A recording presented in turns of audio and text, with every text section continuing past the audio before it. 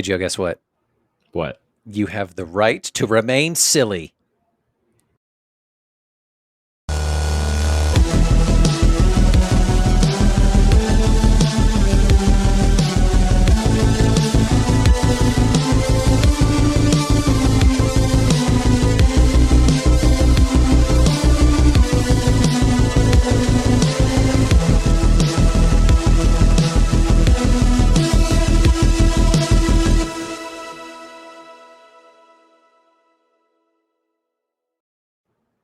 What's up, y'all, and welcome to Uncultured Universe, the podcast where friends and lovers show each other movies, TV, music, or books just to get a little bit more cultured. I am your law-abiding host, Justin, and with me is the debaucherous, antic-fueled, criminally uncultured, yet handsome, Joe. How's it going, Joe? You're really switching it up on me today. Just keep it on your toes, man. I have the right to remain silly, but do I have the capacity? Let us find out. I don't think so. You're wearing a polo shirt, so I don't think you can. Today, I'm recording right after work. I know. Today, we're going to be looking at the hysterical and the super absurdist Broken Lizard comedy from 2001, 2002, technically, Super Troopers. For those of you playing along and keeping up at home, this is not the episode that we talked about at the end of our Superstar episode. We were going to do Robocop from 1987, but I switched it up on Joe. Classic, by tendencies to not make a decision. And I was just like, Joe, I don't think I want to do Robocop anymore. Let's do either Super Troopers or Team America World Police. I don't think you can blame Bi on that. I think that's something else. That's something else entirely. Just neurospiciness. All indecisive people are Bi. Yes, the two are not mutually exclusive. We ultimately landed on this one for our hilariously deemed Crime Corner July.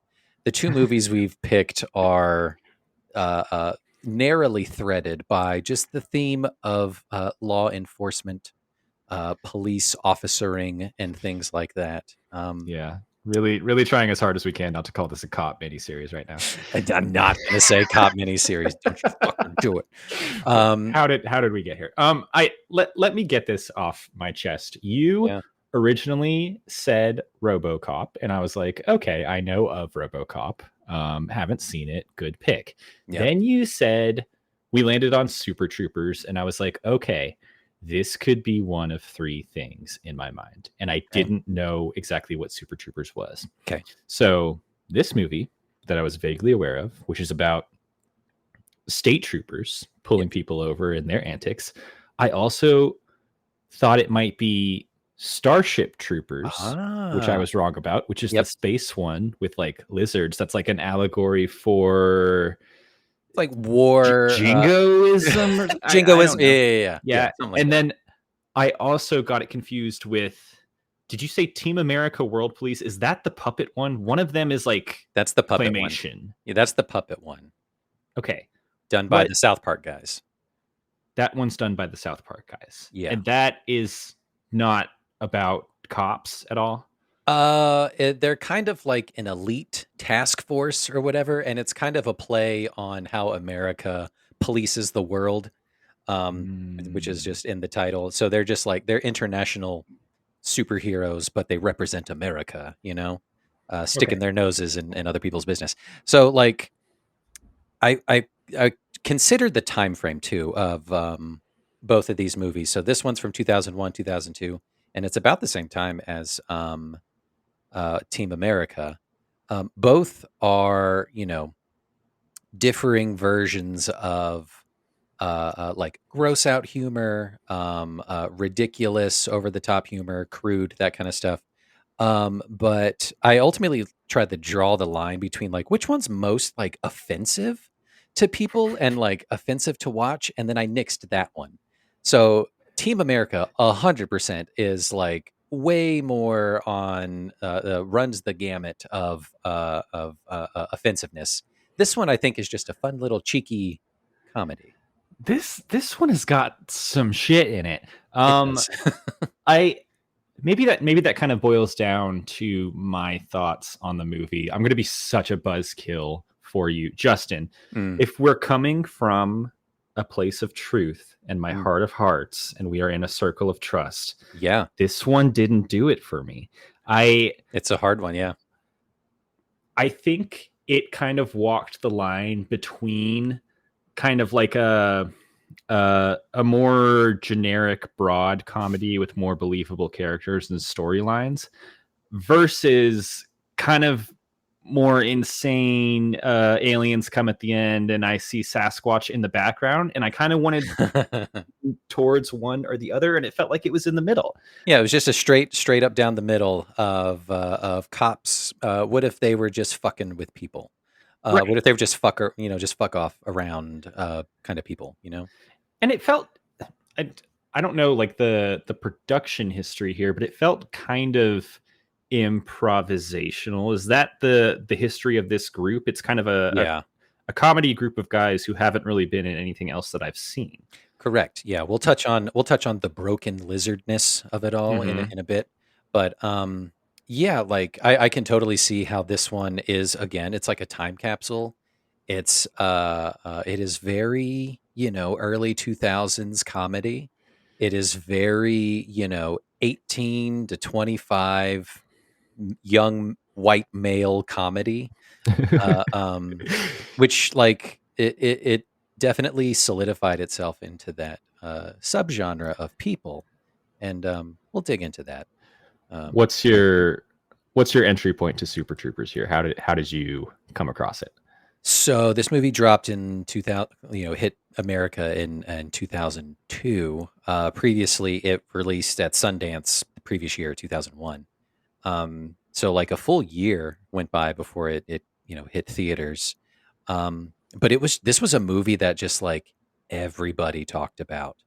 That I remember, like all of my disparate friend groups, like the scene kids in like drama club, and like my band music friends and my hockey friends and stuff like that. This was a comedy that like all the dudes were watching. And it's just like ridiculous, over the top humor. It's like infinitely quotable. So like I saw it like in high school and all through college years. It was one of those like required watchings or something. Much akin to like Pulp Fiction for college age kids, or like anything like Requiem for a Dream or something like that. This is like in that run of just like college movies from the mid to late 2000s and early aughts. So yeah, like, did you become a fan of the Broken Lizard guys as a result? Like, do you know of them outside of this? I had never heard of them, but prior to this, I didn't even know. I was like, because like they mentioned like Broken Lizard, Super Troopers, and things like that. Written by Broken Lizard or whatever. I was like, is that like a production company? I don't even know what that is. I'm not going to go on Google and like take up precious dial-up speed time to look it up. I didn't know until like later in college that it was a performing traveling comedy troupe, or that's how they started out. But yeah, like we mentioned this on one other episode. I think it was the Young Frankenstein episode with Cloris Leachman. Oh wow. Knew her from the other one of the other Broken Lizard movies that they did called Beer Fest from 2006. And so like I've seen 3 of their like 7 or 8 movies that they've done. Just because Academy Award winner and multi-Emmy Award winner Cloris Leachman from her role in Beer Fest. in such roles as Young Frankenstein and Beer Fest. Yeah. That is her claim to fame. I know her from Malcolm in the Middle. It's fine. Oh yeah, that's right. I forget about Malcolm in the Middle a lot. That's the second time we brought up Malcolm in the Middle in the past 2 episodes. How fun is that? Oh wow. Yeah, right. I mean, let me be clear, Obama. Anyone who can get a movie off the ground successfully has my utmost respect. And from what I have read, seems like a great group of guys. They seem like they're friends. It sounds like they are a comedy troupe without necessarily like a leader, even though the guy who played Thorne in this, I believe, directed the movie. But they make decisions, they write stuff, they produce stuff like as a unit, instead of like with like one face to them. Sure. And that seems nice, you know? And that's really like, cool, right? It seems like a fun time. They're Hydra-esque in that kind of way, right? They're a monster of many heads. Cut off one of them, see what happens. See what happens. Although, you know, Jay Chandrasekhar does or has produced and directed most of the Broken Lizard movies and some others. But yeah, they are kind of like this amorphous group of just like improvisational, you know, over the top comedy act. But yeah, I chose this one because I was, you know, rifling through my mental Rolodex of like cop movies, and like when I went back to mentally research RoboCop, there would have been a whole discussion of like how could my parents let their 5-year-old watch this hyper violent, insane movie, and it is, maybe we'll come back around to it next July when we do Crime Corner July again next year, if we deem it necessary. But I was like, you know what? I don't think I want to subject Joe to like a super violent, like 80s kind of movie like that. I was like, let's go a little bit more of the comedy route. And then the other two movies that popped up were the ones I talked about. And just landed on this one because I totally get where you're coming from. But millions of other millennial aged high school, you know, who watch this in high school and college, they back you up. They would back me the fuck up, dude. Get at Joe in the comments. I can't deny the success of this movie. I mean, it made what, like several multiples times its budget, so many, on like the independent circuit, and I believe it got a very, very late sequel. Yes. Yeah, from 2018. It was like part of it was crowdfunded. It was this whole thing. It's like I haven't seen it, but I hear it's famously bad. But you know, that's the trouble when you do these sequels that are, you know, 20 years later. Like they just don't hit the mark. They don't quite have the same kind of punching power. Guys are a little old at that point. They're old. Like they got kids, they got families. You know, I'm sure some of them turned out to be cops themselves and they don't find it funny. So like, I totally get it, and that's hard to do. I think this movie was lightning in a bottle for the time of like in American history. It was, you know, it was we had a big, you know, resurgence of just like comedy in the 2000s. I would love to look at a cross section of like the 90s or you know, early 2000s comedies that just kind of like define this generation of film. But like, you know, I think of, you know, millennials going to college and growing up, being young adults, and this kind of hits all the marks for that group. You know, like most of them, you know, love to smoke and drink and fuck around, and you know, it's just, I think it's just it's a good time.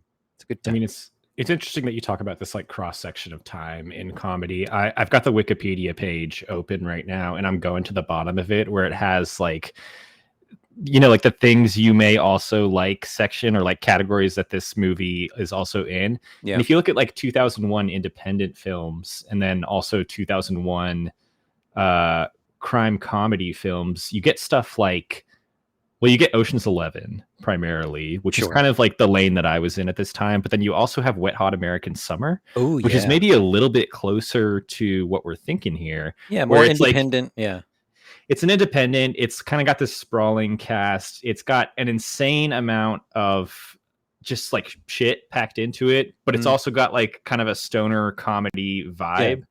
And I think I was just hoping it would go in that direction a little bit more. Like you watch something like Wet Hot American Summer, and the zaniness is turned up to like an 11 in that one. Yeah. And there's levels of like, I don't know, magical realism. Whereas with Super Troopers, it's more was weirdly like realistic at certain Mm-hmm. points, Mm-hmm. while also being like, oh, these guys just can't stop goofing off. They're just having a good time. Yeah. And I think part of that is, it kind of runs in the same kind of lane of like independent, improv kind of stuff. Like you bring up, Wet Hot American Summer. Like there's tons of like, like a younger Amy Poehler, fresh off her, like SNL stints there, but she came from like UCB, and there's some other UCBers in there. You get Bradley Cooper and Michael Ian Black. You get all these kinds of like famous improv sketch artists. And that's what Broken Lizard does too, but like on a smaller scale. Mm-hmm. So like that kind of branch of comedy was also having its heyday in the early 2000s, along with just mainstream too. But also an interesting thing to call out too is just like the stoner comedy has obviously fallen by the wayside. Um, Smoking pot isn't as like taboo or as gauche as it used to be. Like everybody's doing it. It's not a big deal. It's medicinal. Like it's not as like tongue in cheeky as it was pushed in the early 2000s, that kind of stuff. Although, to speak to the first scene of this movie, they are not smoking pot. They are shoveling it in their mouths in a disgusting manner. I was throwing up. Oh man. Oh yeah, and eating mushrooms and hash and all this stuff. That amount of mushrooms would kill you. Kill somebody. Yeah, it's so funny. Here, let's hit some highlights here. So as I mentioned, Super Troopers directed by Jay Chandrasekhar. I always have to take a second. There's so many consonants in his name, as well as vowels. Directed by him, written by the Broken Lizard Gang, starring the entire Broken Lizard troupe: Jay Chandrasekhar, Kevin Heffernan, Steve Lim, Paul Soder, Eric Stolhansky, and then of course we got Brian Cox, Daniel Von Bargen, and Marissa Coughlin. Bringing up just rounding out the cast. Really nice. I love Brian Cox in this. He's fucking hilarious in this one. I did have "Oh My Brian Cox" as a note once he showed up. It definitely lends this movie a level of realness. Like, wow, they landed Brian. They got good Brian. for them. Yeah. Hey Brian, we got Brian on the line. And yeah, as you mentioned, their budget was very, very small, 1.5 to about 3 million estimated. And then the box office of 23 million. Like that's incredible for an independent. Yeah, a mil of that budget went to Brian Cox. You know what? Probably he's like, do you know who I am? And he did the damn thing. But yeah, this movie is kind of one of those like, like I said, it's the lightning in the bottle. It's a nostalgic kind of time capsule era of that time. And I can totally see how it wouldn't translate, obviously, to nowadays, or to someone who, like you, who like just missed the tail end of that, that era. I was thinking about like what my version of this movie was. Did you ever see The Other Guys with like Will Ferrell and Mark Wahlberg? Oh yeah, uh-huh. Okay, so kind of similarly set in like a cop space, but really poking fun at like the bureaucracy of it all and how like boring it can be, and also there's always an element of like your boss is kind of otherworldly crazy, and then you're constantly having to deal with other cops taking over your investigation and trying to outdo you. I did like that aspect of this film, how it was like there's different like hierarchies of cops that we should be rooting for here. There's the troopers themselves, and then there's the local cops who are just like garbage. Right. I liked how you could kind of almost see the troopers as not necessarily cops in a regular sense, but they're more like they're slightly cooler in a way. Oh yeah. They're slightly more on the free side. They get out there more. They're less dirtbaggish, and so yeah. I can see that angle for rooting for them. but then it kind of makes me disappointed at the end when they just become the cops. They just take over that department because everybody else got canned because they were, anyway, that's maybe part of they'll bring more fun to the cop department. I don't know. I mean, and that's kind of what they were hinting at, right? With that ending scene, they're like, "Hey, we're a part of this police station now, and we're gonna have a good time with it, right?" Yeah. All that for a noise complaint. Before we dig too deep in it, let's watch this trailer, and then you can give me the plot description, Joe. Oh God, I'll try. Yeah.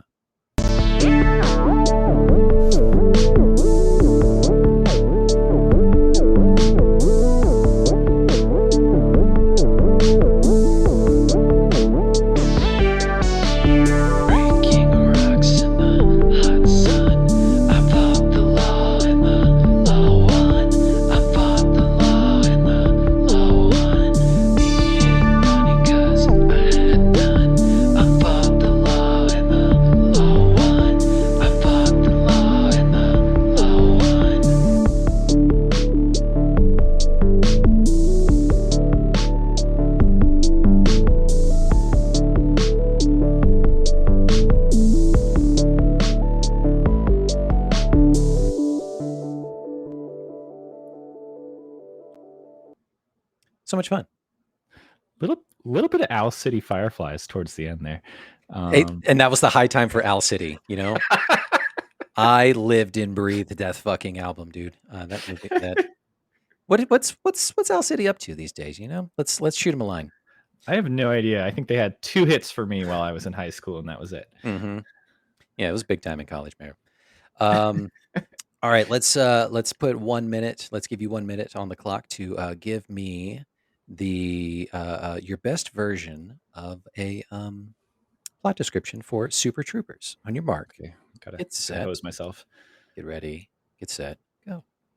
Okay, Super Troopers is about a group of state troopers up in Vermont. They like to fool around. They like to prank the people that they pull over. They're constantly trying to one-up each other, but in a bro-y way. Their boss is Brian Cox.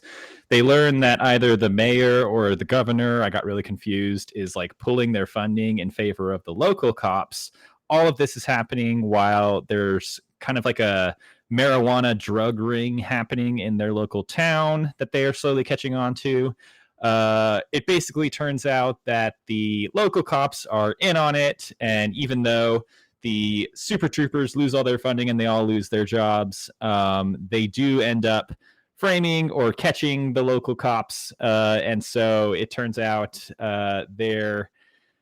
all the local cops get fired, and in the end, the Super Troopers kind of take over their jobs. So now they are the local cop department, and the guy and the girl get together. The end. Wonderful. Well done. Yeah, I mean it's a very simple story. Yeah, I made a conscious decision to skip the middle of the movie with that plot description. I mean, there's nothing really else in the middle. There's still it's a lot of fucking around.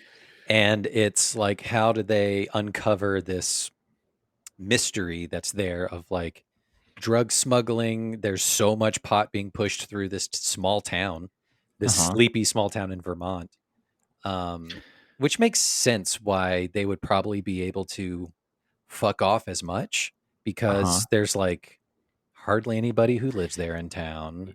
You get the feeling that they don't deal with a lot of crazy high-speed chases or murder cases in this town. And the people who pay the taxes that pay them are kind of okay with it. Yeah. They're cool in a way, and they have a cool boss who Brian Cox is kind of a hard ass, but he also lets them have fun because he's one of them at the end of the day. Yeah. And you really see him cut loose at the end when they all get fired. What was I going to ask? God damn it. Yeah. What are your thoughts on the ending of this movie? Because that did surprise me how they turn out to be the cops at the end when you think that they're all fired. Yeah, so either Captain O'Hagan or whatever didn't finish reading the letter, or there was another subsequent letter that came from the mayor, not Lucy Lawless. It's Linda Carter. Linda Carter, yeah, which is a fun little cameo. either they sent another letter later or something like that of just like, hey, we appreciate that you uncovered this deep, corruption in the local police department. We are still going to have to shut down the highway police department, but like there's the big but your officers can now take over the local police department if you want. There's not enough room in the budget for 2 departments, so like these guys are assholes, they suck, they're all fired. So there's a whole department to fill. You guys can go in. Is it kind of the implication that they are also doing highway patrol though too? Because like weren't the other cops going to take over their highway patrol duties? Maybe. Who's patrolling the highways? I mean, they stopped so much pot getting through, so it's just like we don't need a highway department, I guess. They're just good for a few years. They're just good for a few years. I don't know how it works. I don't know what the plan was, but it was a consolidation of power move kind of a thing. But yeah, like I that's how I read the ending. It's kind of like let's just pick up the circus tent and move it to a different location. They're still going to have fun and do their antics there, but like, hey, we have jobs now. I love that a lot of this movie is Brian Cox just like pleading with them to stop pranking, and they just like physically cannot stop goofing off. They just can't not. And like, there's so many fun things to it. On the line right now, and they're like, "We're gonna go play the meow game with you," which make me laugh. That game in particular was like one of the biggest things to come from it. Several notable like sports stars have done the meow game in interviews, post game interviews. It's so fun and like silly and innocent, and Jim Gaffigan gets a good laugh out of it, so it's great. Yeah, I didn't fully understand what they were talking about as they're okay. So like they pull this guy over, and one of the cops bets the other cop like he can get to a certain amount of meows, and I was like, what is happening? What are we doing right now? And then he starts talking, and he drops in a meow. I almost didn't notice it at first when he's like, all right, meow. It's like, I'm sorry, are you saying meow? It did kind of kill me. That and like the random part where he's just the main Thorn guy is looking at a photo on the computer and doing the enhance bit where he just keeps on saying enhance. That was like those two things were so big in school, I remember. Is that where enhance comes from? Mm-hmm. Oh yeah, God. For sure. Wow. Yeah, we use that all the time. Yeah, little did you know that's where it came from. Right?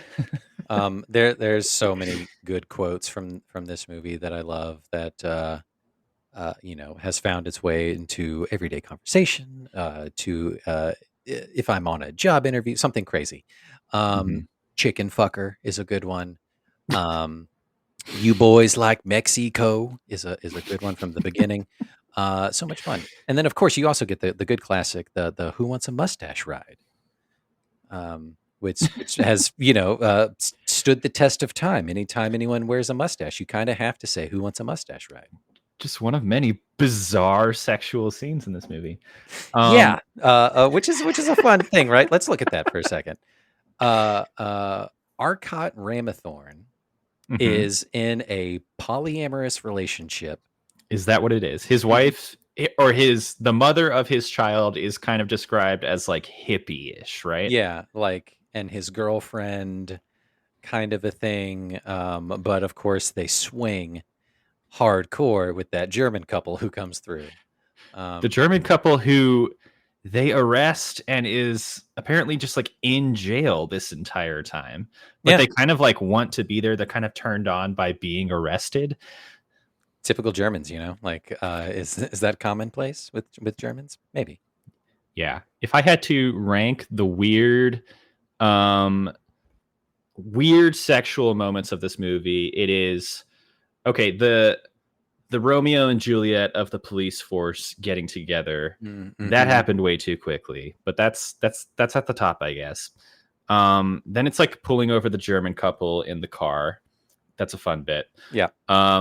Then it is, oh God, what was the other one? There was one that I forget. And then at the very bottom is the bizarre shower scene where they like what is the name of the guy? They catch the inner city cops catch one of the state troopers, and then all of a sudden Farva, they arrest him because he goes crazy at like the burger joint, and then all of a sudden you see him naked and getting hosed down in the middle of the police department. Like what is that? Is that a normal thing to do? They called it delousing, that which is a thing, but I don't know what they're supposed to use. They said he was powdered sugar, and it was delicious. The part where he's simulating fucking the bear. That was the one that I missed. Oh, that one too. That's right. Fucking the bear. That's right. With this with the Halloween costume. Bear fucker. Interesting movie. Bear fucker is another good quote. Two animals called animal fucker, chicken fucker, and bear fucker. So, do you think of this movie when you get pulled over by a cop? Let's see. Since this movie has come out and since I've seen it, I probably have. Well, yeah, let me back up. Have you ever gotten pulled over by a cop? I shouldn't be assuming here. Many times. And since this movie came out, I probably been pulled over a handful of times.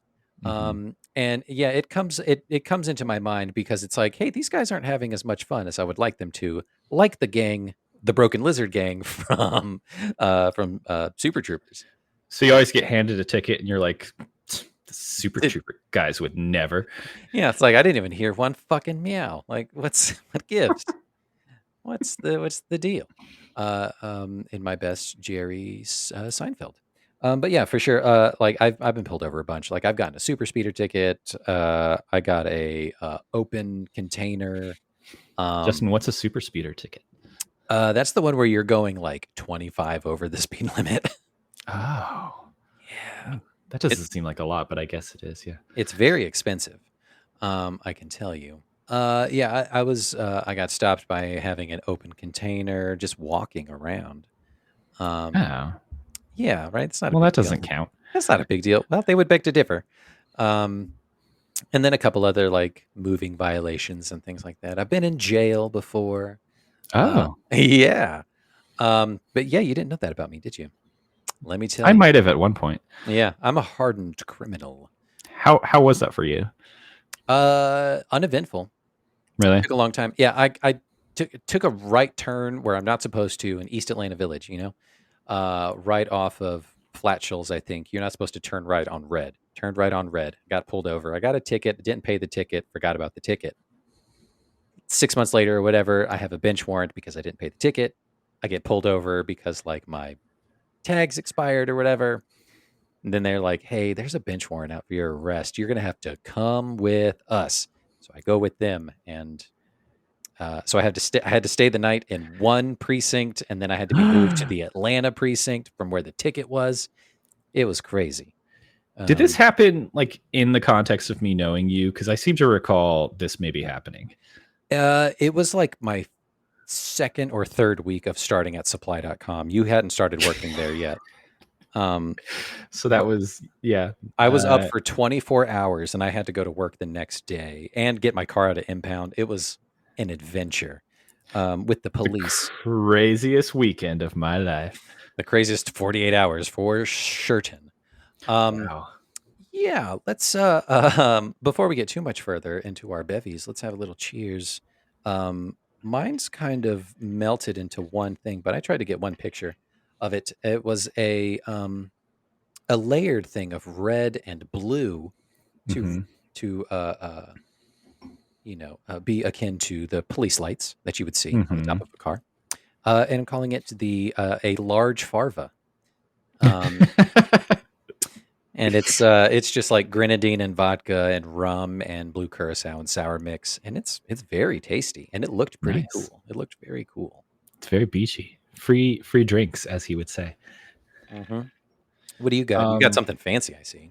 I put it in a little fancy cup because it's a coupe drink. It's a little coupe cocktail. It's an ounce and a half of gin. It's an ounce of dry vermouth, and then half an ounce of green chartreuse because we had that lying around. And I'm calling it the Super Vermouther instead of the Super Trooper. Because it's a lot of vermouth. It's very vermouth heavy. It is actually more vermouth than you would typically put into something like this. Yeah. Wow, like that's it's an aperitif, right? It's not Yeah. supposed to. It's one of those. It's bitter. It's got like a mouthwash type feel, but in a good way. Oh, but in a good way. It's one of those things you're supposed to eat before you or drink before you eat, kind of a thing. Very cool.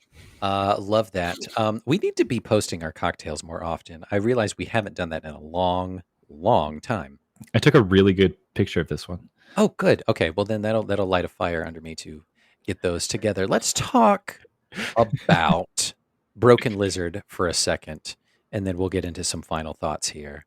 So yeah, we already kind of talked about it a little bit that they're, an American comedy troupe.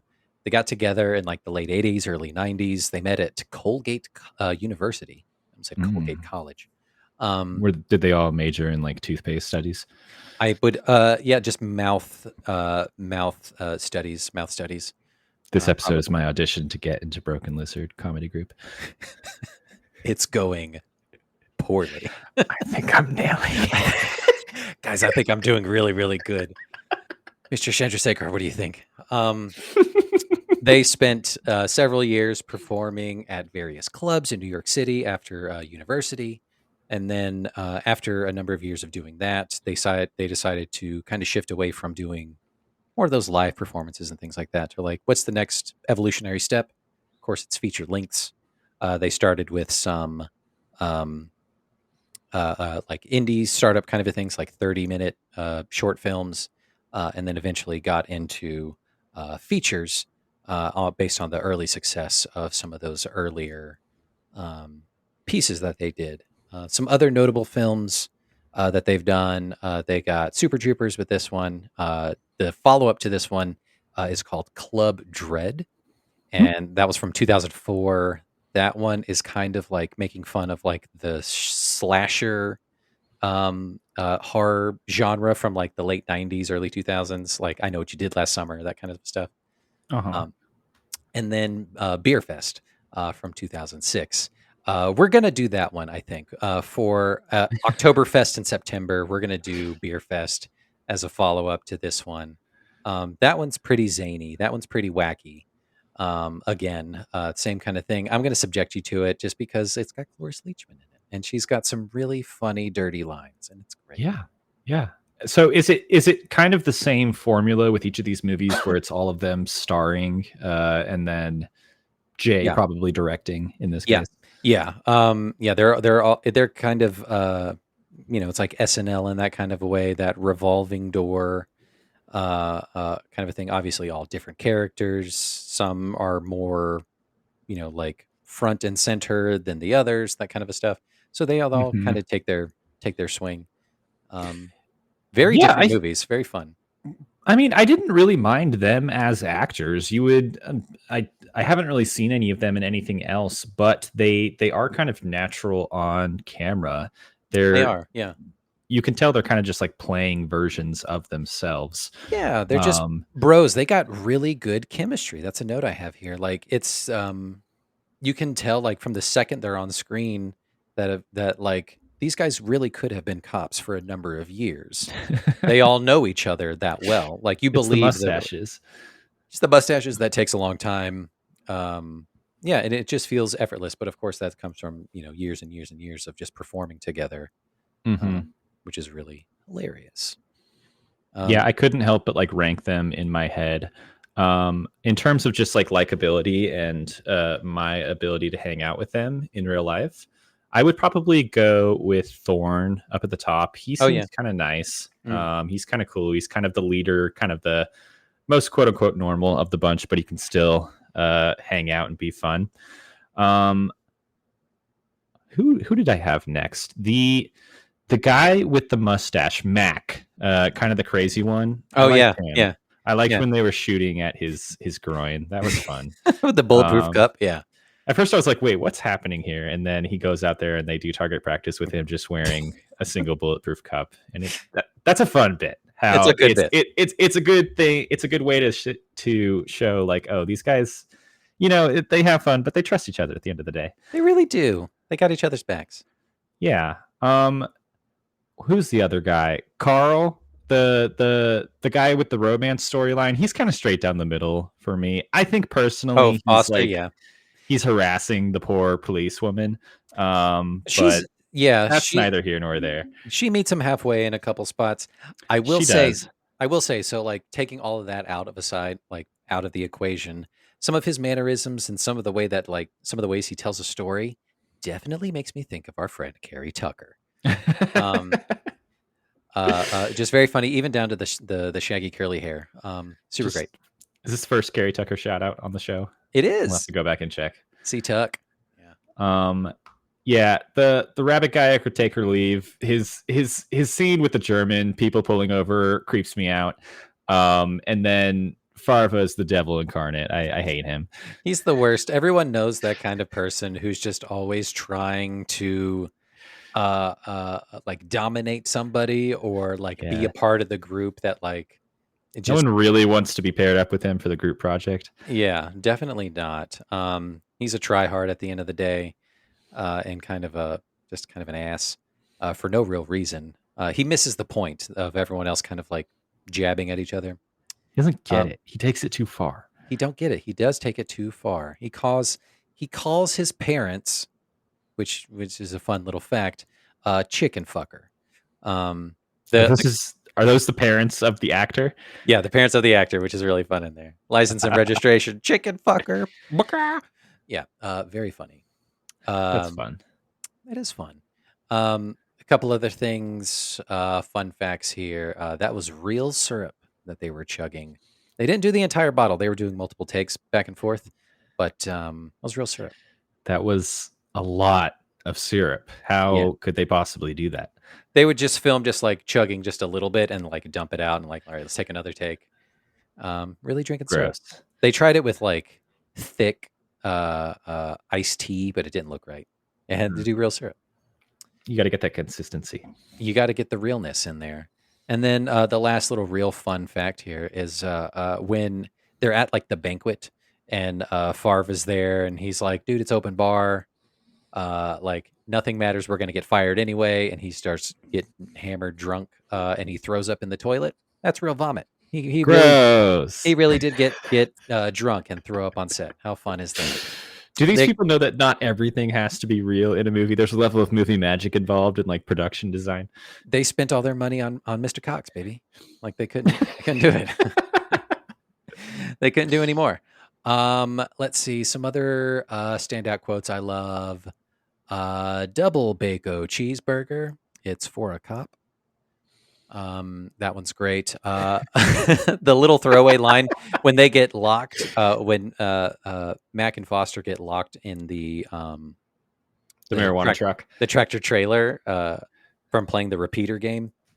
They cut for a second and they come back and they open the doors and it's like, and that was the second time I got crabs. So funny.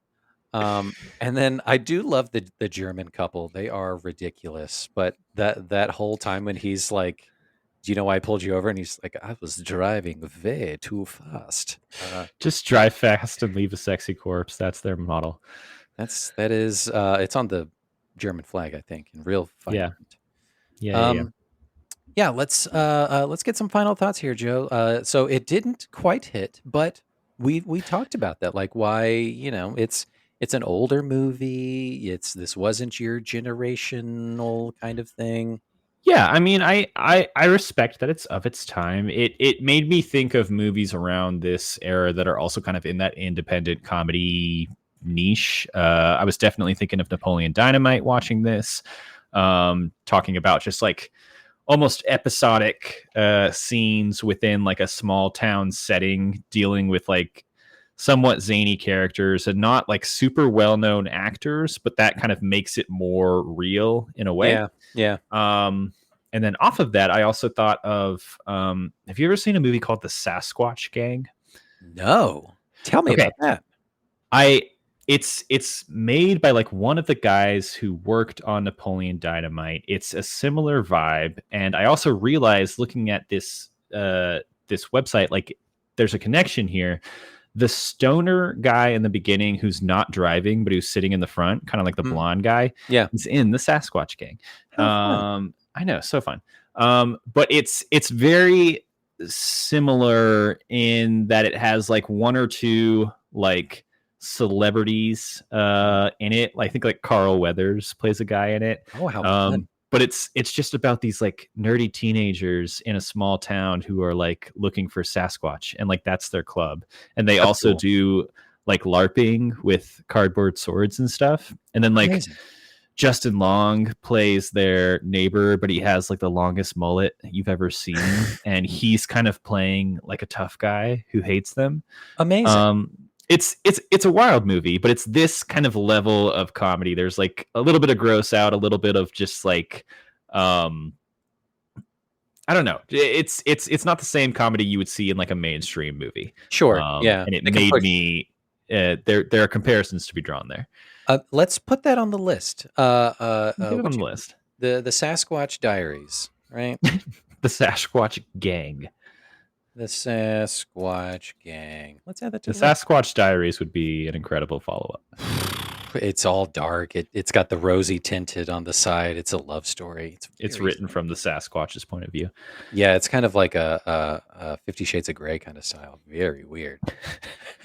Which is a whole subgenre of books that I keep seeing on TikTok. It's wild. Yeah, I can't remember the name of one, but it's there's like minotaurs, and it's called like Milking Farm or something like that. Ridiculous. I don't know. Milking the Tar, something like that. It's insane. Anyway, yeah, that was Super Troopers. Very fun. Loved your input on it. We love to get real with it sometimes, and I really appreciate it. This is Honesty Zone. It's the zone of truth. It's how we do. Let's take a pivot over here, and let's jump over to in game while we still can.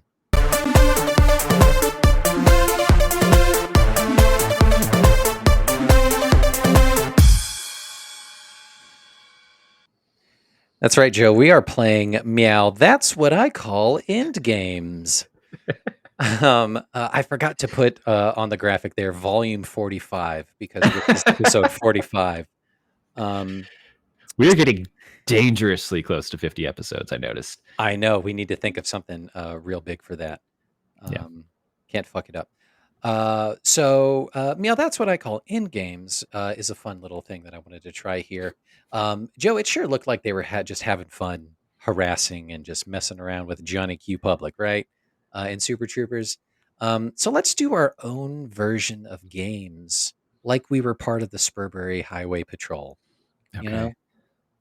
I'm going to describe a situation for you, and I have we're going to introduce some like mechanics in here. I got some dice that we're going to roll just for some variation and fun thing to play here. This is an improv game. We're just going to have a conversation. It's going to be no big deal.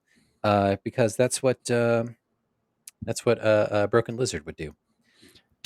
So am I like replying to you? Am I guessing things? What's the game here? Yeah, we're gonna have it back and forth. Don't worry. Okay. I will give you more than I did for the Wayne's World episode. But rules, anything like that. Yeah. I will explain it out. I got 5 of these for you. And we'll just go there. Here's the situation, Joe.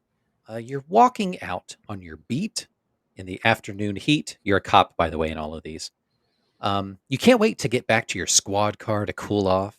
Luckily, it's always running for some reason. But on your way back, you catch a glimpse of a jaywalker. You chase him down, you shake him down, you give him a ticket to get those numbers up, baby. Now, let's see how many times you can work the word meow into this conversation of you giving the guilty party a ticket. So what I'm going to do first, I'm going to roll a D4. Odd, you got 1 minute. Even, you got 2 minutes. All right, you got 1 minute. And I'm going to roll a D6 for see how many times you got to say meow. All right. All right, that's a 3. You got to work. Okay, easy. You got to work 3 meows. Yeah, this is a little softball toss. All right, so you just tackled the assailant who was jaywalking, and you were writing them your ticket. Let's give me and action. Yeah, listen here, buddy. Do you know why I'm on top of you right now? Right, meow. Ow. First of all, did you just say meow? Like I'm just crossing the street, man. What are you doing? What do you mean? Did I just say meow? I haven't said meow my entire life. I find that hard to believe. The mayor of our town, Meownapolis, has implemented strict procedures around how we should deal with jaywalkers. And so, do you know where you are? This is Austin. We are in Austin, Texas right now. What's going on? Meow. We're in Austin, Texas right now. I said right now. Okay, you got 4. How did I get to Austin, Texas? I don't know if it counts if I'm actually using the word meow. I mean, what else could you use it for? I don't know. I like the use of Meowapolis. Great, well done. That's number 1. Wow. Situation 2. Here we go. Flying colors. Flying colors. Your shift just ended. Woof. Your dogs are tired, and you know your partner's going to kill you if you're late again. That roast is going to be ruined. What are you going to do? Just as you're about to go off duty, you walk into a local gas station for your standard after-shift black coffee and a free donut. But as you go to put your cup under the dispenser, you see a punk kid try to pocket some sunflower seeds. A thief! You wrestle his ass to the ground, exerting the totally appropriate amount of force for such a heinous crime. As you read him his rights and issue the ticket, how many meows can you get? Let's see, D4. Oh, I'm doing meows again. All right, you got 1 minute again, and this time I'm going to roll a D8 for the amount of meows you got to work in here. Again, you got a 3. Okay, easy peasy. You got 3 meows in 1 minute, and action. Meow, listen here, punk. I don't have a lot to live for in this life, but right meow, I have to live for this donut, and you and your shenanigans are really, really messing that up for me, right meow. I'm trying to feed myself and my family, so I. Hey, who is talking right meow? You or me? Well, I technically was before you interrupted. Who should be talking right meow? Are you? I got my hands behind my back. In case you can't tell. Me, because it was my turn to talk. Are we not having a conversation? I'm not. Wait a minute. Do you hear that? Are they playing meow? That's what I call music in this store right now. And scene, amazing. I love that. To distract. I really need to bring in some variation here. If I love the addition of shenanigans, other kind of broken lizardisms.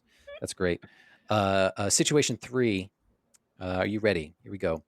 You're driving along a lonely stretch of highway as you're out on the outskirts of town. Your shift has just started, and the roads have been pretty empty so far.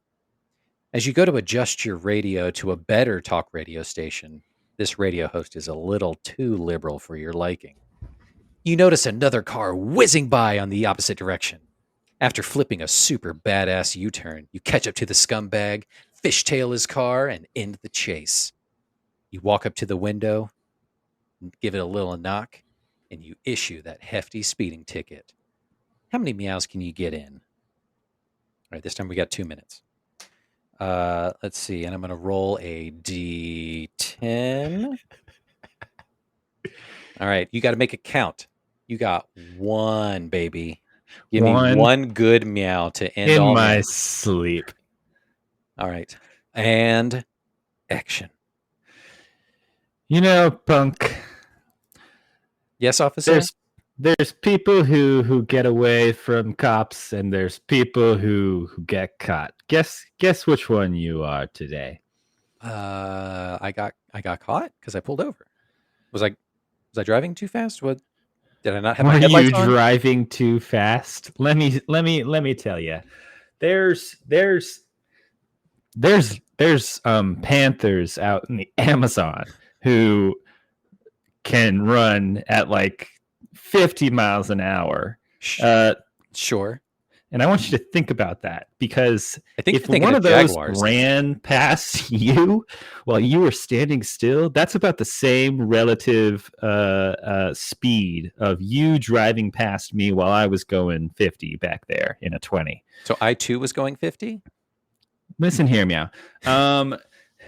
You were relatively going the speed of a panther if it was running past someone who was standing still, but to me, going 50. So you do the math in your head, and you tell me how fast you were going. I think you might be thinking of a Jaguar, not a Panther.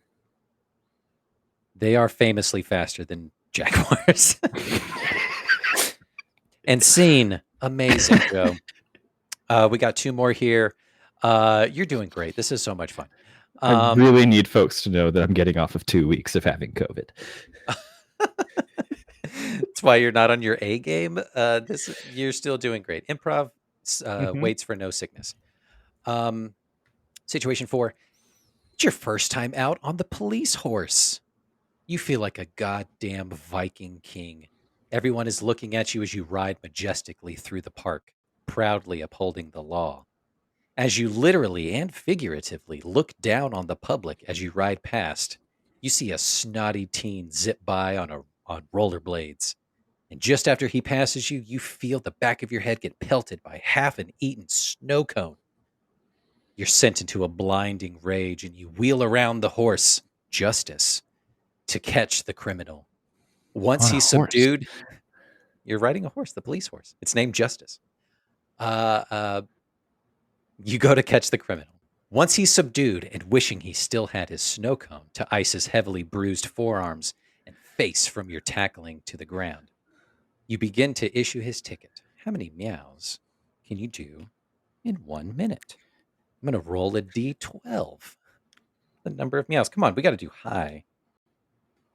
Ugh. This is heartbreaking. A 2. You got 1 minute. 2. I'm rolling so low. I'm rolling like shit today.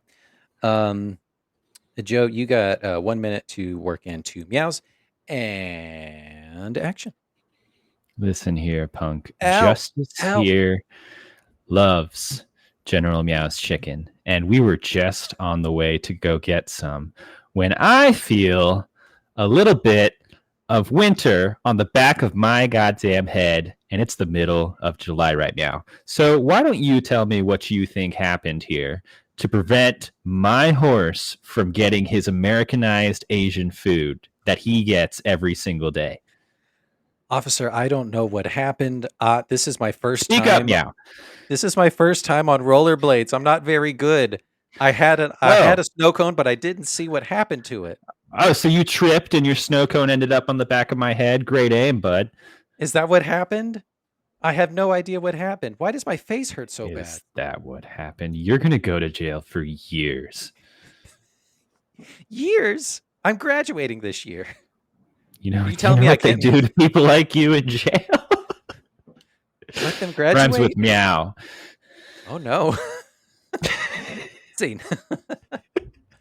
Amazing. What do they do to people like who are bound to graduate in jail? They plow them. Oh, meow, plow. I get it. Okay. Did you bring up a list of words that rhyme with meow? No. Amazing. So, General Meow's chicken. All right, last one here. Situation 5. Last one. It's 9/11 in the morning, and you just arrived at your police desk to enter in some paperwork. Captain walks in, and he's looking like he's ready to rip this entire department a new one. To everyone's surprise, it's not just the captain's ill demeanor or his high cholesterol that's got him all in a tizzy. There's a crazed lunatic who's got a knife in his back. The captain's arms go up to show that he's not going for his firearm. As the lunatic says, he just wants to talk about his outrageous number of parking violations. Once the assailant looks distracted, pull out your side piece, you take the shot from your service pistol, spraying the back of the department with his brains. Jesus. As you blow off the smoke from the barrel, you walk over to issue a ticket to the madman. all in stride. As you kick his weapon away and help the captain up with one arm, how many meows can you manage to fire off as you cuff this crazy, now dead person? Wait, I'm cuffing the guy that I just shot? Hey, man, you're a cop. You love to shoot things. You got 1 minute. God damn it. I'm going to roll it again. That's better. 10. Give me 10 meows in 1 minute. Action. I don't have to do anything. I'm dead. All right. I have my gun pointed at you, but then I slowly point it at the captain and I say, meow, meow, meow. No more witnesses. Meow, looky here, Captain. You've been a good captain these past 4 years, but I can't have any loose ends, meow. You can see how I had to kill my partner here. He was too much of a live wire. He's actually from the Meow region of China. Meow, where was I? Murphy, you better have a good reason for pointing your pistol at me. I'm sick and tired of making 40K every year and not getting a lick to show for it right now. I'm taking you down and I'm taking all your money in your spending account. Not my spending account. So why don't you give me the password and give it to me right meow? Why don't we take a walk over to this here computer and sit down and you can just like you can type those passwords into your bank account like a little kitty cat that says meow. And I go into reach and I type down and it's no, not right meow. Not right meow. Wait. I was going to type my password in. It's take a breather. It's capital M30 lowercase w. What does that spell? Meow? And then I get too nervous and I accidentally discharge my weapon and it kills you. And then I run. Fade to black. Amazing, Joe. Well done. Is that how you saw that going, Justin? I did not. I didn't think that you would go for the police captain. Incredible. I love that I had you going, that it was 9/11. In the morning. Did. In the morning. Well done, Joe. That was meow. That's what I end games. So much fun. A little improv, a little cheeky nod to the movie and to the Broken Lizard Gang. Joe, why don't you tell everybody where we're going next in this Crime Corner July segment? How are we going to follow up? How could we possibly follow up Super Troopers? Thank you, first of all, Justin. We are going to keep the good vibes going with Crime Corner July. And we're going to talk about a rather glamorous crime that took place in, I believe, the year 2000. That was quite formative for me as a child. We're going to talk Sandy. We're going to talk beauty pageants. We're talking Miss Congeniality, which somehow Justin has not seen in full, and we'll be able to talk about how this movie played a pretty important part in my current relationship with my partner, and we'll talk through that. A little bit of romance in this one, people. A little crime cop romance. I love it. Let's rub the badges together. Let's see what happens. Justin, this is a kids podcast. Jesus Christ. Is it? I need to stop marking explicit on it then. Incredible. I can't wait for Miss Congeniality. We're going to talk Sandy B. We're going to talk whoever else is in that movie, and it's going to be a good time. We'll do that in a couple weeks. A ton of folks in this movie. Great. I love that. Well, cool. Yeah. And then we're going to start planning for our 50th episode. I think that'll be around September, maybe. Definitely September. So maybe we'll come back around and we'll do Beer Fest for number 50 for Oktoberfest. Why the hell not? We'll talk. We'll talk. Joe is not psyched. So Uncultured Universe does Super Troopers as we start our Crime Corner July. Check us out on all the socials at Uncultured Universe and wherever you get your podcasts at. And also check us out on YouTube and do all the fun things like review, subscribe, tell your friends, tell your cop friends that we did this episode. I bet they are gonna love it. Mm-hmm. And play the meow game. Call your grandma. Yeah. Play the meow game with grandma. Drive her crazy. Bye. Bye-bye, meow.